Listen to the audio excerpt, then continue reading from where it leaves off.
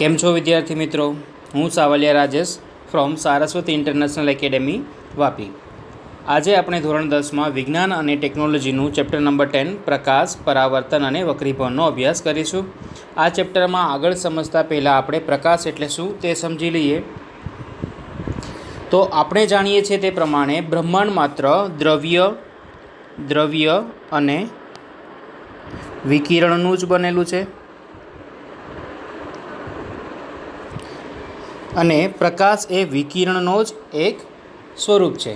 અને પ્રકાશ આપણને સૂર્ય, તારાઓ જેવા અનેક સ્વયંપ્રકાશિત અવકાશી પદાર્થો વડે અને આપણે નિર્માણ કરેલા સ્ત્રોતો જેવા કે બલ્બ, ટ્યુબલાઇટ, મીણબત્તીમાંથી આપણને મળી આવે છે. તો પ્રકાશની વ્યાખ્યા લખીએ તો પ્રકાશ એ ઉર્જા ધરાવતું વિદ્યુત ચુંબકીય વિકિરણ છે. પ્રકાશ એ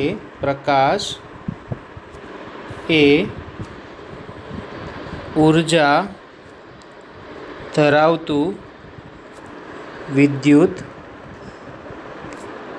ચુંબકીય કિરણ છે. જ્યાં વ્યાખ્યામાં જોઈએ તો વિદ્યુત ચુંબકીય કિરણનો ઉલ્લેખ થયેલો છે. તો વિદ્યુત ચુંબકીય કિરણ એટલે એવું કિરણ કે જે વિદ્યુત ક્ષેત્ર અને ચુંબકીય ક્ષેત્રના સમન્વયથી બનેલું હોય. અને આપણે વધારે જોઈએ તો શૂન્યાવકાશમાં પ્રકાશની ઝડપ 3 × 10⁸ મીટર પર સેકન્ડ જેટલી હોય છે. એટલે કે પ્રકાશ શૂન્યાવકાશમાં 1 સેકન્ડમાં 3 લાખ કિલોમીટર જેટલું અંતર કાપી શકે છે, જે આપણી કલ્પનાની પણ બહાર છે. અને અલગ અલગ માધ્યમમાં તેની ઝડપ અલગ અલગ જોવા મળે છે. જેમ કે આપણે જોઈએ તો પાણીમાં, કાચમાં શૂન્યાવકાશની સાપેક્ષે પ્રકાશની ઝડપ અલગ અલગ જોવા મળે છે આપણને. અને પ્રકાશ આપણી આંખમાં સંવેદના ઉપજાવી શકે અને જેના લીધે આપણે આખા વિશ્વને નિહાળી શકીએ છીએ. એટલા માટે કહીએ તો પ્રકાશ એ આપણા માટે ખૂબ જ જરૂરી છે. આપણી આસપાસ રહેલી વસ્તુઓને આપણે જોવી હોય તો પણ પ્રકાશ જરૂરી છે. પ્રકાશ વગર આપણે આપણી આસપાસ રહેલી વસ્તુને જોઈ શકતા નથી. તો આપણે એક ઉદાહરણ દ્વારા સમજીએ. જો આપણી પાસે કોઈ વસ્તુ રહેલી હોય, ધારો કે આ કોઈ એક વસ્તુ છે, આપણે આ વસ્તુને જોવી હોય તો સમજીએ કે પ્રકાશનું કિરણ કોઈ એક બિંદુ પર તેના પર આપાત થશે અને અથડાઈને આ માર્ગે આગળ વધશે. જો હવે આપણે આ વસ્તુને જોવી હોય તો આપણે અહીંયાથી જોઈએ તો આપણને તે વસ્તુ ક્લિયર દેખાશે. પ્રકાશના જુદા જુદા સ્વરૂપોના આધારે પ્રકાશશાસ્ત્રને 3 વિભાગમાં વહેંચવામાં આવેલું છે. તો આપણે તે જોઈ લઈએ. પ્રકાશશાસ્ત્ર એ કિરણ પ્રકાશશાસ્ત્ર, તરંગ પ્રકાશશાસ્ત્ર અને કણ પ્રકાશશાસ્ત્રથી બનેલું છે. અહીં કિરણ પ્રકાશશાસ્ત્રની ચર્ચા આપણે પછી કરીશું, કેમ કે તે પ્રકાશનું માત્ર ભૌમિતિક નિરૂપણ છે. ખરેખર પ્રકાશ 2 સ્વરૂપો જ ધરાવે છે. એક છે તરંગ સ્વરૂપ અને બીજું છે કણ સ્વરૂપ. એટલા માટે તો આપણે કહીએ છીએ કે પ્રકાશ એ દ્વૈત સ્વભાવ ધરાવે છે. ઘણી બધી ઘટનાઓ એવી છે જે પ્રકાશ તરંગ સ્વરૂપ ધરાવે છે, તેના દ્વારા જ આપણે સમજી શકીએ છીએ. જેમ કે વિવર્તન છે, વ્યતિકરણ છે, ધ્રુવીભવન છે, વિભાજન છે. તે માત્ર પ્રકાશના તરંગ સ્વરૂપ દ્વારા જ સમજી શકાય છે. અને તેવી જ રીતે કણ પ્રકાશશાસ્ત્રમાં જોઈએ તો પ્રકિરણ છે, ફોટો ઇલેક્ટ્રિક અસર છે, જે માત્ર પ્રકાશના કણ સ્વરૂપ દ્વારા જ આપણે સમજી શકીએ છીએ, જે તમે આગળના ધોરણમાં ડિટેલમાં સમજશો. અત્યારે હાલ પૂરતું આપણે આ ચેપ્ટરમાં ફક્ત કિરણ પ્રકાશશાસ્ત્ર જ સમજવાનું છે, જેમાં આપણે પરાવર્તન, વક્રીભવન, પૂર્ણાંતરિક પરાવર્તન, વિભાજન જેવી ઘટનાઓ આગળ ડિટેલમાં સમજશું. હવે આપણે પ્રકાશના ઉપયોગો જોઈ લઈએ. તો પ્રકાશના ઉપયોગમાં પહેલાં જોઈએ તો પ્રકાશમાંથી આપણને ઉર્જા મળે છે. એટલા માટે કહી શકીએ કે ઉર્જા મેળવવા, શરીરમાં ઉપયોગી તેવા પોષક તત્વો છૂટા પાડવા, જેમ કે વિટામિન ડી, વૃક્ષમાં પ્રકાશ સંશ્લેષણની ક્રિયા માટે, આંખમાં સંવેદના ઉપજાવી વિશ્વને નિહાળવા માટે. હવે નેક્સ્ટ આપણે જોઈએ પ્રકાશનું પરાવર્તન. તો પ્રકાશના પરાવર્તનની વ્યાખ્યા જોઈએ તો કોઈ વસ્તુ પર પ્રકાશ આપાત કરતાં વસ્તુની સપાટી પરથી પ્રકાશના પાછા વળવાની ઘટનાને પ્રકાશનું પરાવર્તન કહે છે. ધારો કે આપણે કોઈ સપાટી લઈ લઈએ. હવે સપાટી પર કોઈ પ્રકાશનું કિરણ આપાત થાય તો હવે એ ત્યાંથી અથડાઈને ફરી પાછું વળે છે. આ ઘટનાને આપણે પ્રકાશનું પરાવર્તન કહીએ છીએ. બરાબર. હવે પ્રકાશના પરાવર્તનના અમુક નિયમો છે, તે નિયમો સમજતા પહેલાં આપણે અમુક પદને સમજવા જરૂરી છે, જેમ કે પરાવર્તક સપાટી, આપાત બિંદુએ દોરેલો લંબ, આપાત કિરણ, પરાવર્તિત કિરણ, આપાત કોણ અને પરાવર્તન કોણ. તો આપણે વન બાય વન બધી ટર્મને સમજી લઈએ. પરાવર્તક સપાટી એટલે એવી સપાટી કે જે એક બાજુએથી સિલ્વરનું કોટિંગ કરેલું હોય, જેમ કે આપણે લઈ શકીએ સમતલ અરીસો. હવે આપાત બિંદુ એ સપાટીને દોરેલો લંબ એટલે શું? હવે ધારો કે આપણે કોઈ પ્રકાશનું કિરણ કોઈ એક બિંદુ પર આપાત કરવું છે, તો તે બિંદુ પર સપાટીને એક લંબ જે દોરેલો હોય છે તેને આપણે કહીએ છીએ આપાત બિંદુએ સપાટીને દોરેલો લંબ.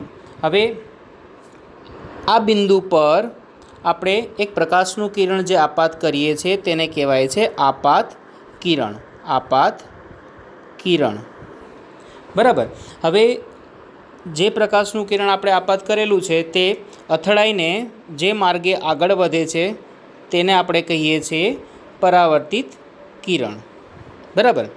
હવે આપણે જોઈએ તો આપાત કોણ અને પરાવર્તન કોણ.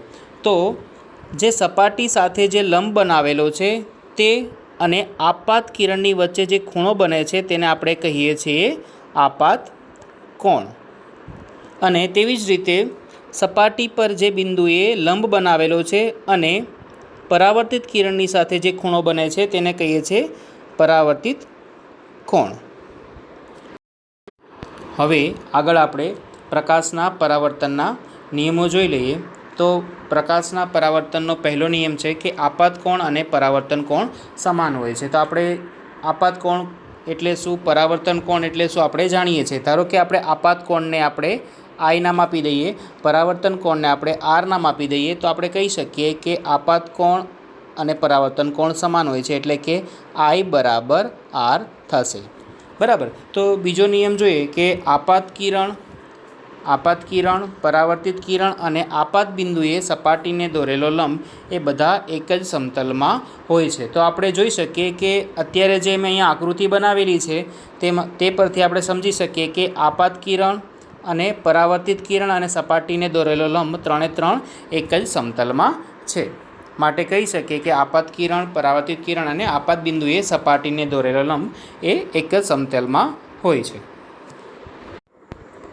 પરાવર્તનના નિયમો સમજ્યા પછી આપણા માઇન્ડમાં એક ક્વેશ્ચન થશે કે ફક્ત સમતલ અરીસા વડે જ પ્રકાશનું પરાવર્તન થાય છે?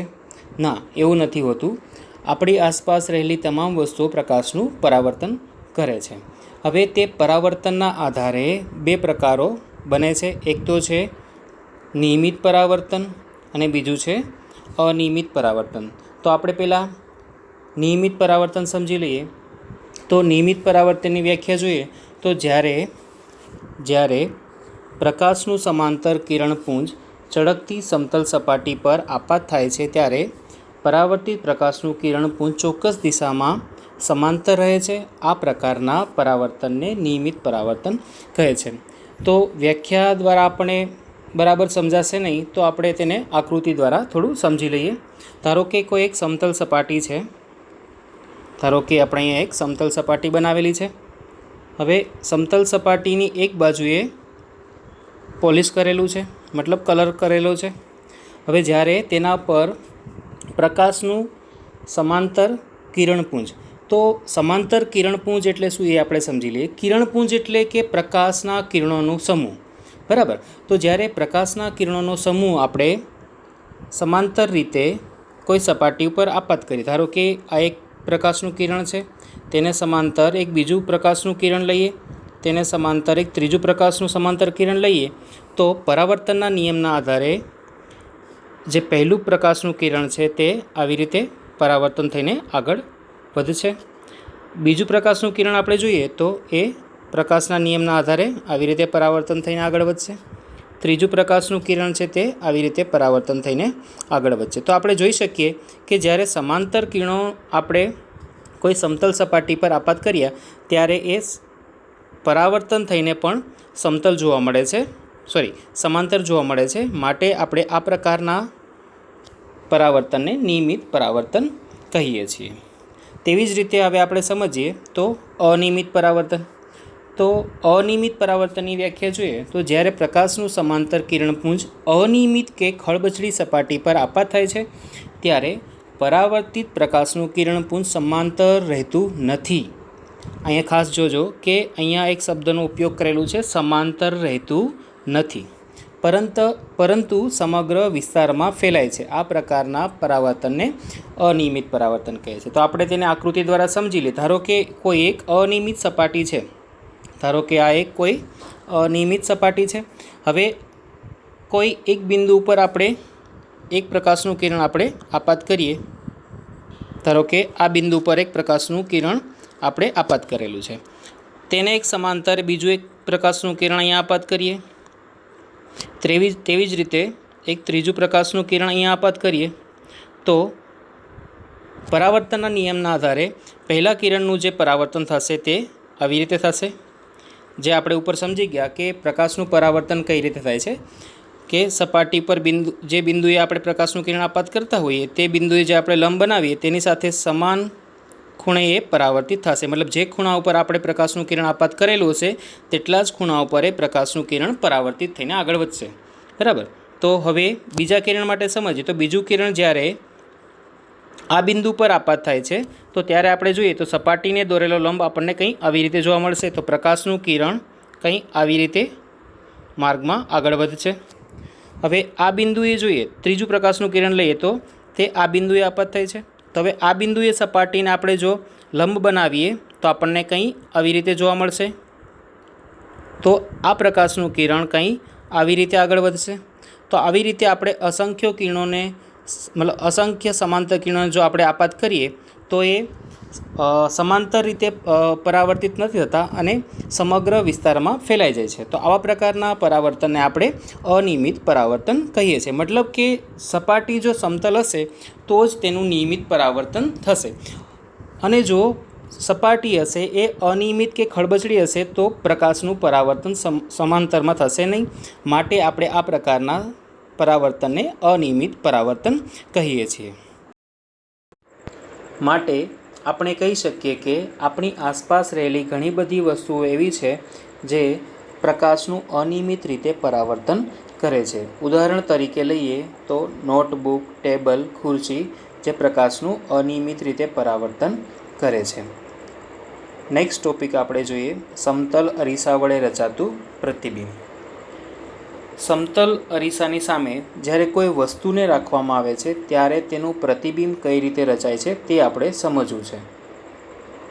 તે સમજતા પહેલાં આપણે કોઈ એક બિંદુવત વસ્તુનું પ્રતિબિંબ કઈ રીતે રચાય છે તે સમજી લઈએ. ધારો કે સમતલ અરીસાની પરાવર્તક સપાટીની બાજુએ કોઈ એક બિંદુવત વસ્તુ આપણે અહીંયા લઈ લઈએ. આ બિંદુમાંથી નીકળતા પ્રકાશના અસંખ્ય કિરણો પૈકી કોઈ એક કિરણ આપણે અહીંયા લઈએ તો અહીંયા જોઈ શકાય કે આપણે લીધેલું કિરણ એ સમતલ અરીસાના લંબ સાથે જે ખૂણો બનાવે છે તેની વેલ્યુ છે I બરાબર 0. મતલબ કહી શકાય કે આપાત કોણનું મૂલ્ય અહીંયા છે 0. તો પરાવર્તન કોણનું મૂલ્ય પણ 0 હોવું જોઈએ. માટે R બરાબર પણ 0 અહીંયા થશે. માટે આપણે કહી શકીએ કે જે માર્ગે પ્રકાશનું કિરણ આપણે આપાત કરેલું છે તેના તે જ માર્ગે પ્રકાશનું કિરણ પાછું ફરી જશે. બરાબર. હવે આપણે કોઈ પ્રકાશનું બીજું કિરણ લઈએ જે સમતલ અરીસા સાથે આવી રીતે આપાત થાય છે તો પરાવર્તનના નિયમ પ્રમાણે તે પરાવર્તન થઈને આવી રીતે આગળ જતું રહેશે. અહીંયા આપણે જોઈએ તો જે પહેલું કિરણ આપણે આપાત કરેલું હતું તે અને જે બીજું કિરણ આપણે આપાત કરેલું છે તે પરાવર્તન થઈને એકબીજાને ક્યારેય પાછા મળશે નહીં. જે પહેલું જે કિરણ લીધેલું હતું તે આ માર્ગે આગળ જતું રહેશે અને જે બીજું કિરણ આપણે લીધેલું તે પરાવર્તન થઈને આ માર્ગે આગળ જતું રહેશે. તો અહીંયા વાસ્તવમાં બંને કિરણો ભેગા થતા નથી. તો અરીસાની પાછળની બાજુએ જોઈએ આપણે તો આ બંને કિરણોને આપણે લંબાવીએ તો કોઈ એક બિંદુ પર ભેગા થતા હોય તેવો આપણને ભાસ થશે. માટે કહી શકીએ કે આપેલા બિંદુનું પ્રતિબિંબ અહીંયા ક્યાંય બનતું હશે તેવું આપણને ભાસ થતો હશે. માટે આવા પ્રકારના પ્રતિબિંબને આપણે આભાસી પ્રતિબિંબ કહીએ છીએ. તો આપણે કહી શકીએ કે સમતલ અરીસા વડે જે પ્રતિબિંબ રચાય છે તે વાસ્તવિક નથી હોતું, તે પ્રતિબિંબ આભાસી પ્રતિબિંબ હોય છે. તો આપણને પ્રશ્ન એ થાય કે વાસ્તવિક પ્રતિબિંબ મળે ક્યારે? તો વાસ્તવિક પ્રતિબિંબ કઈ રીતે મળે તે આપણે સમજીએ. તો તમે અગાઉના ધોરણમાં લેન્સનો અભ્યાસ કરેલો હશે. તો લેન્સમાં જ્યારે પ્રકાશના કિરણો આપણે આપાત કરીએ છીએ ત્યારે તે કઈ રીતે આગળ વધે છે તમને બધાને ખ્યાલ હશે જ. ધારો કે કોઈ લેન્સની સામે કોઈ બિંદુવત વસ્તુ રાખીએ, એમાંથી કોઈ એક પ્રકાશનું કિરણ આપણે તેના પર આપાત આવી રીતે કરીએ, તે વક્રીભવન થઈને તે આગળ આવી રીતે જતું રહેશે. હવે કોઈ બીજું કિરણ આપણે લઈએ જે લેન્સના કેન્દ્રમાંથી પસાર થતું હશે, તો તે સીધું જ આગળ આવી રીતે નીકળી જતું હશે. તો અહીંયા જોઈ શકાય કે જે બે કિરણો આપણે લીધેલા હતા તે બંને કિરણો વાસ્તવમાં અહીંયા ભેગા થાય છે. તો કહી શકીએ કે જે આ પ્રકારનું પ્રતિબિંબ છે તે વાસ્તવિક પ્રતિબિંબ છે. તો જે ઉપર આપણે જોયું તો સમતલ અરીસામાં જે પ્રતિબિંબ આપણને મળેલું છે તે આભાસી પ્રતિબિંબ છે, પણ તે બિંદુવત વસ્તુનું હતું. હવે આપણે સમતલ અરીસાની સામે કોઈ વસ્તુ રાખીને તેનું પ્રતિબિંબ કઈ રીતે મળે છે તે સમજી લઈએ. ધારો કે આપણે એક અહીંયા સમતલ અરીસો લઈ લઈએ. સમતલ અરીસાની એક અક્ષ બનાવી દઈએ. અહીંયા આ મુખ્ય અક્ષ પર આપણે કોઈ વસ્તુને આવી રીતે રાખી દઈએ, જેને આપણે નામ આપી દઈએ એ અને બી. હવે બિંદુ એમાંથી એક પ્રકાશનું કિરણ આપણે સમતલ અરીસાની સાથે આવી રીતે આપાત કરીએ. તો ઉપર જોયું તે પ્રમાણે પ્રકાશનું કિરણ જે માર્ગે આગળ આપાત કરેલું હતું તેના તે જ માર્ગે પરાવર્તન થઈને પાછું ફરી જશે. હવે બિંદુ એમાંથી આપણે એક બીજું કિરણ લઈએ જે સમતલ અરીસા પર આ બિંદુ પર આપાત થાય છે. તો તે પરાવર્તનના નિયમ પ્રમાણે આવી રીતે આગળ જતું રહેશે. બરાબર. આ બંને કિરણોને આપણે પાછળની બાજુએ લંબાવીએ તો આપણને તે બંને કિરણો અહીંયા ભેગા થતા હશે તેવું આપણને દેખાશે. માટે આપણે કહી શકીએ કે જે એ બિંદુ અહીંયા હતું તેનું પ્રતિબિંબ આપણને આ જગ્યા પર મળે છે. તેવી જ રીતે બી બિંદુનું પ્રતિબિંબ તે અક્ષ પર અહીંયા આપણને જોવા મળશે. તો આપણે તે વસ્તુનું પ્રતિબિંબ અહીંયા આપણને દેખાતું હશે. માટે તે પ્રતિબિંબને આપણે નામ આપી દઈએ એ ડેશ અને બી ડેશ. તો અહીંયા જે એ બી વસ્તુ આપણે રાખેલી છે તેનું પ્રતિબિંબ આપણને અરીસાની પાછળની બાજુએ કિરણોને લંબાવવાથી મળેલું છે, જેને નામ આપણે આપેલું છે એ ડેશ અને બી ડેશ. આ પ્રતિબિંબ વાસ્તવિક પ્રતિબિંબ નથી, આ પ્રતિબિંબ આભાસી પ્રતિબિંબ છે, જે આપણે ઉપર સમજી ગયા. હવે આપણે સમતલ અરીસા દ્વારા રચાતા પ્રતિબિંબની અમુક ખાસિયતો જોઈ લઈએ. તો પહેલી ખાસિયત જોઈએ તો સમતલ અરીસા દ્વારા રચાતું પ્રતિબિંબ આભાસી અને ચત્તું મળે છે. તો આભાસી પ્રતિબિંબ શા માટે એ આપણે ઉપર સમજી ગયા. ચત્તું પ્રતિબિંબ કેને કહેવાય તે સમજી લઈએ. ધારો કે કોઈ વસ્તુને આપણે અરીસાની સામે આવી રીતે રાખેલી હોય અને તેનું પ્રતિબિંબ આપણને આવી રીતે જોવા મળે, મતલબ કે આ બિંદુનું પ્રતિબિંબ આપણને આ બિંદુ પર અને આ બિંદુનું પ્રતિબિંબ આપણને આ બિંદુ પર જોવા મળતું હોય તો આવા પ્રકારના પ્રતિબિંબને આપણે ચત્તુ પ્રતિબિંબ કહીએ છીએ. પરંતુ જો અરીસાની સામે કોઈ વસ્તુ તમે રાખો અને તેનું પ્રતિબિંબ આપણને આ પ્રકારનું જોવા મળતું હોય, મતલબ કે આ બિંદુનું પ્રતિબિંબ આપણને અહીંયા અને આ બિંદુનું પ્રતિબિંબ આપણને અહીંયા જોવા મળતું હોય તો આ પ્રકારના પ્રતિબિંબને આપણે ઉલટું પ્રતિબિંબ કહીએ છીએ. પરંતુ સમતલ અરીસાના કિસ્સામાં આવું થતું નથી. અહીંયા જોઈએ તો એ બિંદુનું પ્રતિબિંબ આપણને અહીંયા જોવા મળે છે અને બી બિંદુનું પ્રતિબિંબ આપણને અહીંયા જોવા મળે છે. માટે કહી શકીએ કે સમતલ અરીસા દ્વારા જે પ્રતિબિંબ રચાય છે તે હંમેશા છતું હોય છે. બીજી ખાસિયત જોઈએ તો સમતલ અરીસાની સામે જેટલા અંતરે વસ્તુ રાખેલી હોય તેટલા જ અંતરે અરીસાની પાછળના ભાગમાં તેનું પ્રતિબિંબ રચાય છે. ધારો કે આપણે સમતલ અરીસાથી યુ જેટલા અંતરે કોઈ વસ્તુ રાખેલી છે, બરાબર, અને અહીંયા તેનું પ્રતિબિંબ આપણને વી જેટલા અંતરે મળે છે. તો આપણે કહી શકીએ કે વસ્તુ અંતર યુ અને પ્રતિબિંબ અંતર વી બંને સમાન હોય છે, જે સમતલ અરીસાની ખાસિયત છે. ત્રીજી ખાસિયત જોઈએ તો પ્રતિબિંબની ઊંચાઈ વસ્તુની ઊંચાઈ જેટલી હોય છે.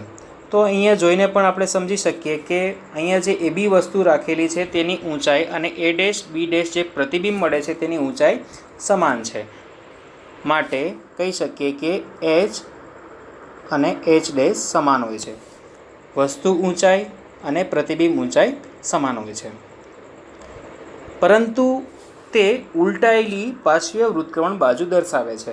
આનો મતલબ એ થાય કે જ્યારે આપણે અરીસાની સામે ઊભા હોઈએ છીએ ત્યારે આપણો ડાબો હાથ તે પ્રતિબિંબનો જમણો હાથ હોય છે અને આપણો જમણો હાથ એ પ્રતિબિંબનો ડાબો હાથ હોય છે.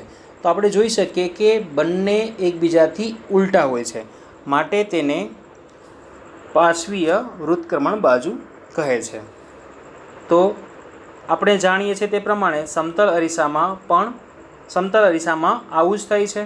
માટે સમતલ અરીસાનું જે પ્રતિબિંબ હોય છે તે ઉલટાયેલી પાર્શ્વીય વૃત્તક્રમણ બાજુ દર્શાવે છે.